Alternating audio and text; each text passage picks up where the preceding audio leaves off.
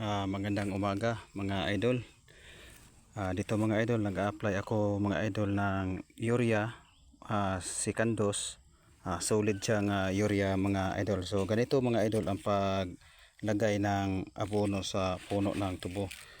So ganito lang kadami mga idol. Itatapat mo lang yan siya sa puno ng tubo. So solid talaga mga idol ang ginawa ko mga idol. Bago ako nag-apply ng abono for Sikandos, ang ginawa ko muna mga idol, inisprehan ko muna yung yung damo. Kung nakita niyo po mga idol yung pinost ko po na nung nakaraang video. So ang ginawa ko mga idol, inisprehan ko muna ang mga damo upang malanta para pag makapag-apply na ako ng abono. So ang tubo talaga mismo mga idol ang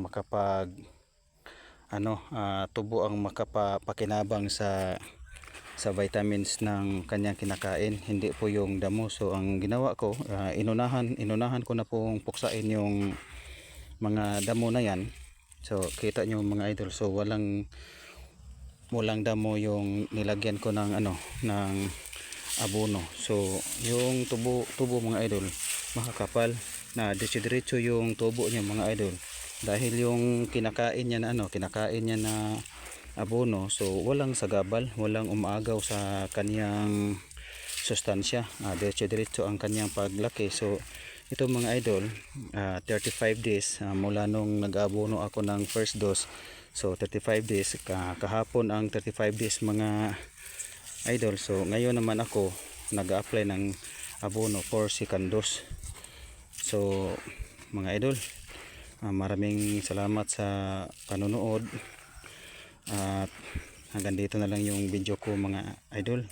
So maraming salamat sa inyong lahat, lalo na sa mga followers at saka nagsusuporta sa akin. So mga idol, bye bye.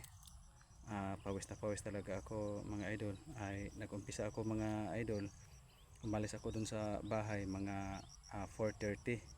So ngayon mga idol, nasa mga alas 7 na. So ako lang mag-isa mga idol nag-a-apply ng abono.